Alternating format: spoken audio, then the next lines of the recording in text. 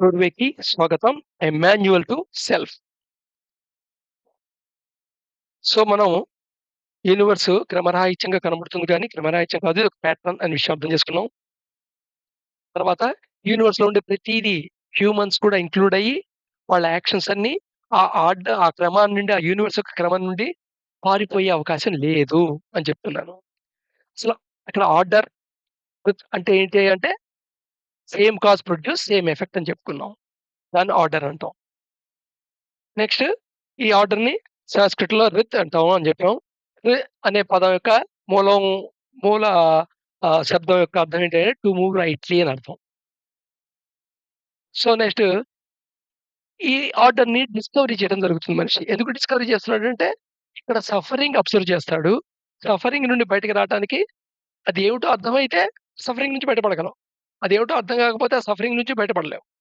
So, ఇది invention కాదు. ఎగ్జిస్టెన్స్‌లో ఉన్న ఆర్డర్‌ని డిస్కవరీ చేస్తాడు. అది రివీల్ అవుతుంది.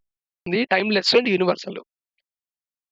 సో, ఇక్కడ నువ్వు ఏదైతే డిస్కవరీ చేస్తున్నావో ఆర్డర్‌ని పర్ఫెక్ట్‌గా యాస్ ఎ హోల్ ఆర్డర్ మొత్తాన్ని నువ్వు చెప్పగలిగే పొజిషన్‌కెళ్ళవు. ఎందుకంటే నీ పరిశీలన, నీ ఫ్రేమ్‌వర్క్ ఒక పరిధికి లోబడి నువ్వు చేస్తావు. దీన్ని రిలేటివ్ ట్రూత్ అంటాం. ఎందుకంటే అల్టిమేట్ ట్రూత్ అనేది ఎప్పుడు ప్రయాణం చేస్తూ ఉండేది, తెలుసుకుంటూ ఉండేది. సో, దీంట్లో రిలేటివ్ ట్రూత్స్ ఏవైతే వస్తున్నాయో అవి సత్యం అంటాం. నోయింగ్ యాజ్ ఇట్ ఈజ్ మాట. అంటే అల్టిమేట్ ట్రూత్ సత్యాకి నువ్వు రిలేటివ్ ట్రూత్ నుండి ప్రయాణం చేస్తూ ఉంటావు. ట్రూత్ అనేది ప్రిన్సిపల్. బట్ సత్య అనేది దాని యొక్క ఎక్స్‌ప్రెషన్ లాంగ్వేజ్‌లో గాని లేదా మ్యాథమెటికల్ ఫార్ములా గాని. ఈ సత్య ఫెయిల్ అవ్వచ్చు. కానీ ట్రూత్ ఎప్పుడు ఫెయిల్ అయ్యి ఉండదు. ట్రూత్ మట్టుకు అదే పథంలో నడుస్తూ ఉంటుంది.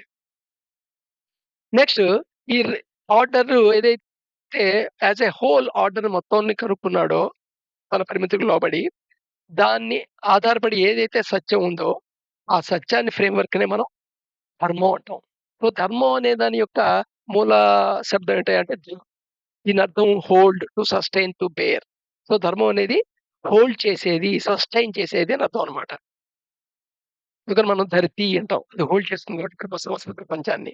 అలాగే ఆధారం మొత్తం ఆ స్ట్రక్చర్‌ని హోల్డ్ చేస్తుంది కాబట్టి, సస్టైన్ చేస్తుంది కాబట్టి. సో, ట్రుత్ అనేది ఒక యాక్చువల్ టెర్రైన్ తో పోల్చుకోవచ్చు. సత్య అనేది ఒక యాక్యురేట్ మ్యాప్ అని చెప్పొచ్చు. సో, ఈ రెండిటికి అర్థం తెలుసుకోవాలి ఖచ్చితంగా. సో, సత్యం అనేది యాక్యురేట్ మ్యాప్. మనం ఈ టోటల్ 'డోర్‌వే' సీరీస్‌లో జస్ట్ సత్యాన్ని అప్రోచ్ అవ్వడానికి ట్రై చేస్తున్నాం. ఒక యాక్యురేట్ మ్యాప్‌లోకెళ్తున్నాం. ఎగ్జిస్టెన్స్ ఏమిటి అసలు ఎలా ఫంక్షన్ అవుతోంది? అంటే పరబ్రహ్మం గురించి తెలుసుకున్నాం. Birth and death cycles reincarnation procedure గురించి తెలుసుకున్నాం. అలాగే కర్మ యొక్క ఫంక్షనాలిటీ అండ్ ఆపరేషను, దాని యొక్క ఇంట్రికసీని, దాని కాంప్లెక్సిటీని అర్థం చేసుకోవడానికి ప్రయత్నం చేసాం. సో, ఇదంతా ఏంటి ఒక మ్యాప్ మాట. బట్ ఇదంతా యాక్చువల్‌గా it's a part of actual terrain. అది విత్ ఆర్డర్. సో, ధర్మ అనేది ప్యాకింగ్ అనమాట. సో, రిత్ అనేది యాక్చువల్ టెర్రైన్ అయితే ఆర్డర్ అయితే, సత్యం అనేది దాని యొక్క యాక్యురేట్ మ్యాప్ అయితే, ఆ మ్యాప్‌ని ఆధారం చేసుకొని నువ్వు జర్నీ చేయటానికి, ప్రయాణం చేయటాన్ని, నువ్వు నీ యొక్క ఫంక్షనాలిటీని ఈ ఎగ్జిస్ట్‌లో ఒక భాగంగా నీ యొక్క ఫంక్షన్ ఏమిటో ఆ ఫంక్షన్ చేయటానికి, నీ యొక్క పర్పస్ ఆఫ్ లైఫ్ ఏమిటో ఎగ్జిస్ట్‌లో అది ఫుల్‌ఫిల్ చేసుకోవటానికి, నువ్వు ఏదైతే మార్గాన్ని అనుసరిస్తావో అది ధర్మం అంటాం. సో, ధర్మం అంటే ఇది అర్థం అనమాట. సో, దిస్ ఈస్ ధర్మ. అంటే విత్ ఆర్డర్ నుండి ధర్మ అనేది ఫార్మ్ అయింది.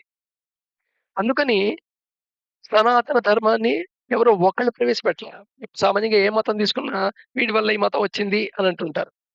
కానీ సనాతన ధర్మానికి మూల పురుషుడు ఒకే పుస్తకం ఉండదు. ఒకే పుస్తకం మీద ఆధారపడి సనాతన ధర్మం ఉండదు. ఒక మూల పురుషుడు చెప్పిన దాని మీదే ఇది ఆధారపడి ఉండదు. కదా! సో, అందుకని చాలా మంది ఋషుల యొక్క సత్యం యొక్క సత్యం నుంచి శోధించి ఆ సత్యం మొత్తాన్ని క్రోడీకరించింది. ఆ క్రోడీకరించిన శాస్త్రమే వేదాలు అంటాం.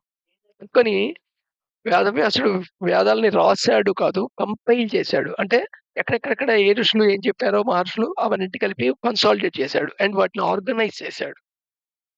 రైట్. సో, ధర్మ అనేది అర్థమైంది కదా! So, it is a actual action that has to be follow as per the satyam. That is a road map. Which is based on the rita order of the existence. So, అదే suppose actual terrain ఇది. నీ దగ్గరున్న map ఇనాక్యురేట్ map అనుకుందాం. దాన్ని ఇనాక్యురేట్ మ్యాప్‌ను మనం అసత్యం అనొచ్చు. సో, దాన్ని ట్రాకింగ్‌కి వాడుకుంటూ నువ్వెళ్తే నువ్వు రీచ్ అవుతావా? నీ ఫంక్షనేటర్ నీ పర్పస్ ఏంటో ఫుల్‌ఫిల్ అవుతుందా? సర్టెన్‌లీ అవ్వదు. కదా! సో, అందుకని అధర్మాన్ని అలా డిఫైన్ చేస్తాం అన్నమాట. సో, ఏ యాక్షన్ అయితే ధర్మాన్ని అంటే ఆర్డర్ ఏదైతే ఉందో ఈ ఎగ్జిస్టెన్స్ ఆఫ్ ఆర్డరు దాన్ని ఒక మ్యాప్ ఏదైతే సత్యం ఉందో, ఆ మ్యాప్ ప్రకారంగా నువ్వు ఎగ్జిక్యూట్ చేసేదాన్ని ధర్మం అంటాం. ఓ సిస్టమ్‌ని ఫార్మ్ చేస్తాం కదా! ఆ సిస్టమ్‌ని ధర్మం అంటాం. దాంట్లో నువ్వు నీ విధిని నువ్వు నిర్వర్తిస్తావు. ఆ నిర్వర్తిస్తున్న నువ్వు యాక్షన్‌ని కర్మ అంటాం. అయితే కర్మ అనేది ఏం డిఫైన్ చేసుకున్నాం ఇంతకుముందు? ఆ మూవ్‌మెంట్‌లో, ఆ సిట్యుయేషన్‌లో నువ్వు ఏమైతే చేస్తున్నావో అది కర్మ. సో, ఆ మూమెంట్‌కి కాజెస్ ఆ సిట్యుయేషన్ అలా ఉండటానికి ప్రైమరీ కాజెస్ ఉంటాయి. ఆ మూమెంట్ కాజెస్. ఆ ప్రతి మూమెంట్ కాజెస్ బాడీకి సంబంధించినుంటాయి, మైండ్‌కి సంబంధించినుంటాయి, సిట్యుయేషన్ సంబంధించుంటాయి, పర్యావరణానికి సంబంధించినుంటాయి. మళ్ళా అవి ఆ సిట్యుయేషన్ అలా ఉండటానికి, ఆ ఎన్విరాన్మెంట్ అలా ఉండటానికి, ఆ బాడీ అలా ఉండటానికి, ఆ మైండ్ అలా ఉండటానికి మళ్ళా సెకండరీ కాజెస్ ఉంటాయి. మళ్ళా సెకండరీ కాజెస్‌లో కూడా ఇవే ఫ్యాక్టర్స్ ఉంటాయి. Body, mind, situation and environment. అలాగే టెర్షియరీ కాజెస్ ఉంటాయి. క్వాటర్నరీ కాజెస్ ఉంటాయి. ఇలాగ కాంప్లికేటెడ్ అన్నమాట. సో, ఈ మొమెంట్‌లో జరిగిన కర్మకి ఎఫెక్ట్‌కి కారణం ఎవరంటే కేవలం ఈ ప్రైమరీవి 4 అని గాదు. అవి ఆధారపడి ఉండేవి, అది ఆధారపడేవి తీసుకుంటుంటే ఇన్ఫినిటీకి దారితీస్తుంటుంది. సో, కర్మ అనేది ఎంత కాంప్లెక్సిటీ అనేది అర్థమవుతుంది. సో, ఎనీవే దీని యొక్క రిజల్ట్ ఏమిటి అంటే ఒక మొమెంట్‌లో ఓ హ్యూమన్ ఒక యాక్షన్ జరిగినప్పుడు ఆ యాక్షన్ యొక్క ఎఫెక్ట్ ఎలాగో ఉంటుంది. బట్ కానీ ఆ కర్మ కర్మ చేసిన వాళ్ళ దాంట్లో 2 మోడిఫికేషన్స్ జరుగుతాయి. Necessities of the body and mind carry Sanskar. So, దాని ఫలితంగా నువ్వు చేసిన ప్రతి యాక్షను నీకు ఇట్ లీవ్స్ ఎన్ ఇంప్రింట్ అన్నాం. నువ్వు ఫిజికల్ యాక్షన్ చేసినా, మెంటల్ యాక్షన్ చేసినా, ఎమోషనల్ యాక్షన్ చేసినా, సో ఎనర్జీ లెవెల్‌లో యాక్షన్ చేసినా అది ఒక ఇంప్రింట్‌ని క్రియేట్ చేస్తుంది. ఆ ఇంప్రింట్‌నే మనం సంస్కారం అని చెప్పుకోవచ్చు. సంస్కారాల కింద ఉంటాయి మెమరీలో. And necessity the record preserving mechanism. ఇక్కడ ఒక ప్రిజర్వింగ్ మెకానిజం గూడా అవసరం ఏర్పడుతుంది. ఓ హ్యూమన్‌లో మన మెమరీ సిస్టమ్ ఉంటుంది. ఆ మెమరీలో ఈ సంస్కారాలు స్టోర్ అయ్యి ఉంటాయి. చాలా ఇంపార్టెంట్ పాయింట్ ఉంది. సో, అక్కడ మొమెంటరీ కాజ్ అండ్ ఎఫెక్టు అనేవి ఇమ్మీడియేట్‌గా జరిగేది కాదు. కొన్ని కేసుల్లో ఇమ్మీడియేట్‌గా ఎఫెక్ట్ చూపించొచ్చు. కొన్ని కేసెస్‌లో ఎఫెక్ట్ అనేది స్పీషీస్‌కి డిఫరెన్స్ ఉండొచ్చు. టైము స్కేల్‌లో డిఫరెన్స్ ఉండొచ్చు. ప్లేస్‌లోనూ డిఫరెన్స్ ఉండొచ్చు. సో, కాజ్ అండ్ ఎఫెక్ట్ డైరెక్ట్‌గా రిలేట్ అయితే ఈ chain of cause and effect యొక్క టోటల్ చైను నీ నీ యొక్క అబ్జర్వేషన్‌లో, నీ పర్సెప్షన్‌లోకొస్తే దీనివల్ల ఇది ఏర్పడిందని చెప్తావు. బట్ కానీ ఏ టెర్షియరీ ఫోర్స్ కింద దాని నుండి తర్వాత సెకండరీకి, దాని నుండి ప్రైమరీకి, దాని నుండి మొమెంటరీకి కాజ్ కింద ఇది రూట్ కాజ్ అయ్యుండొచ్చు కదా! ప్రతీది. సో, దేర్‌ఫోర్ టైమ్ పరంగా, స్పీషీస్ పరంగా, ప్లేస్ పరంగా అవి డిఫరెంట్‌గా ఉంటాయి. మరి ఎప్పుడైతే ఒక మనిషి పుట్టినప్పటి నుండి పోయేదాకా ప్రతి మొమెంట్‌లో ఏదో కర్మ చేస్తూనే ఉంటాడు. ఏదో యాక్షన్‌లో ఇన్వాల్వ్ అవుతూనే ఉంటాడు. యాక్షన్ ఇన్వాల్వ్ కాకుండా ఉండే టైమే లేదు.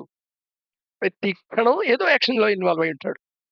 యాక్షన్ అంటే ఓ డైనమిక్ యాక్షన్ ఊహించుకోవద్దు. ఖాళీగా కూర్చోవడం కూడా ఓ యాక్షనే.